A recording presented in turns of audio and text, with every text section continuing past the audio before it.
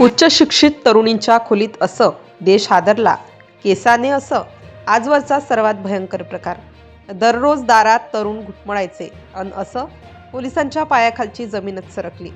शहरातील शांत एकांतातलं ते घर, बाहेरून पाहिलं तर अगदी साधं. दरवाजावर कुलूप, खिडक्यांना पडदे, आत बाहेर फारशी हालचाल नाही, पण तरीही काहीतरी वेगळं होतं.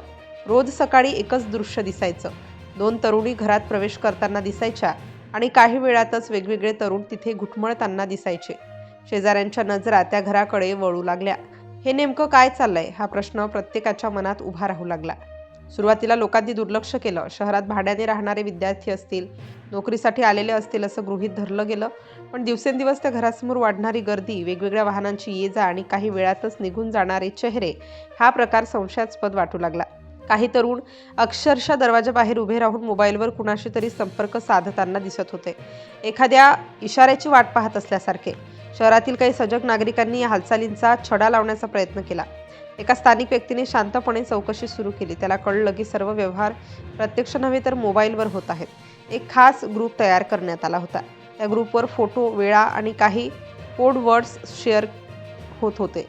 बाहेरून सगळं साधं दिसत असलं तरी आतमध्ये काहीतरी वेगळंच जाळं विणलं जात होतं. दरम्यान ही माहिती हळूहळू पोलिसांपर्यंत पोहोचली. सुरुवातीला त्यांनाही विश्वास बसत नव्हता. शहराच्या मध्यवर्ती भागात इतक्या शांत परिसरात असा प्रकार. पण माहिती देणाऱ्याचा आत्मविश्वास पाहून पोलिसांनी गुप्तपणे तपास सुरू केला. त्यांनी थेट धाड न टाकता आधी खातरजमा करण्याचा निर्णय घेतला. एक पंटर त्या घरात पाठवण्यात आला. बाहेरून सर्व काही नेहमीसारखंच दिसत होतं. दरवाजा उघडला गेला. आतमध्ये दोन तरुणी उपस्थित होत्या. काही वेळानंतर ठरलेला इशारा मिळताच बाहेर दबाव धरून बसलेली पथकं आत घुसली आणि पुढचं दृश्य पाहून सगळ्यांच्याच चेहऱ्यावर आश्चर्य उमटलं. घरात केवळ दोन तरुणीच नव्हत्या तर काही तरुणही होते. मोबाईलवर चालणारे व्यवहार, रेट कार्डसारख्या गोष्टी आणि इतर शहरातून बनवलेल्या मुलींची माहिती पोलिसांच्या हाती लागली. सर्व काही अत्यंत नियोजनबद्ध पद्धतीने चालवलं जात होतं.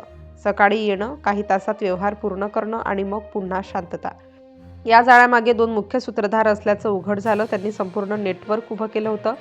सोशल मीडियाच्या माध्यमातून ग्राहक जोडले जात होते. व्यवहार ठरल्यानंतर ग्राहकांना थेट ठिकाणी आणलं जात होतं. सर्व संवाद ऑनलाईन, रोख व्यवहार आणि बाहेरून साधं घर. शेजाऱ्यांना आता सगळं स्पष्ट होत होतं. ज्यांना संशय होता त्यांचं मन हेलावलं. उच्च शिक्षित म्हणून ओळखल्या जाणाऱ्या काही तरुणी या जाळ्यात कशा अडकल्या? पैशाचा मोह, दबाव की काही वेगळंच कारण? या प्रश्नांची उत्तरं अजूनही शोधली जात आहेत. पोलिसांनी सर्वांना ताब्यात घेतलं. मोबाईल, चॅट ग्रुप्स, फोटो सगळं तपासासाठी जप्त करण्यात आलं. 1 वर्षापासून हा प्रकार सुरू असल्याची माहिती समोर आली. म्हणजेच शहराच्या नजरेआड इतका काळ हे सर्व चालू होतं. या कारवाईनंतर शहरात एकच चर्चा रंगली. आपल्या आसपास काय चाललंय? आपल्याला भीती कळतच नाही. लोकांमध्ये संताप आणि भीती दोन्ही भावना निर्माण झाल्या. सोशल मीडियावर संदेशांचा पूर आला. काहींनी पोलिसांचं कौतुक केलं तर काहींनी समाज व्यवस्थेवर प्रश्न उपस्थित केले. हा प्रकार केवळ एका घरापुरता मर्यादित नव्हता.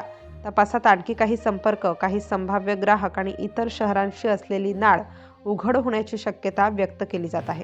त्यामुळे अनेकांच्या कपाळावर आठ्या पडल्या आहेत. दरवाजाबाहेर घुटमळणारे ते तरुण, मोबाईलवर येणारे मेसेज आणि शांत दिसणाऱ्या त्या घरात सुरू असलेलं गुपित आयुष्य अखेर उघड झालं. ही घटना केवळ एक गुन्हा म्हणून पाहायची की समाजातील बदलत्या प्रवृत्तींचा संकेत म्हणून? हा प्रश्न आता प्रत्येकासमोर आहे. पोलिसांचा तपास सुरू झाला. अजून काही धक्कादायक बाबी समोर येण्याची शक्यता नाकारता येत नाही. शहर पुन्हा शांत आहे. ते घर पुन्हा कुलूपबंद आहे. पण त्या दारासमोर उभं राहिलं की अजूनही लोकांच्या मनात तोच प्रश्न उभा राहतो. आपल्याला दिसतं ते खरंच असतं का?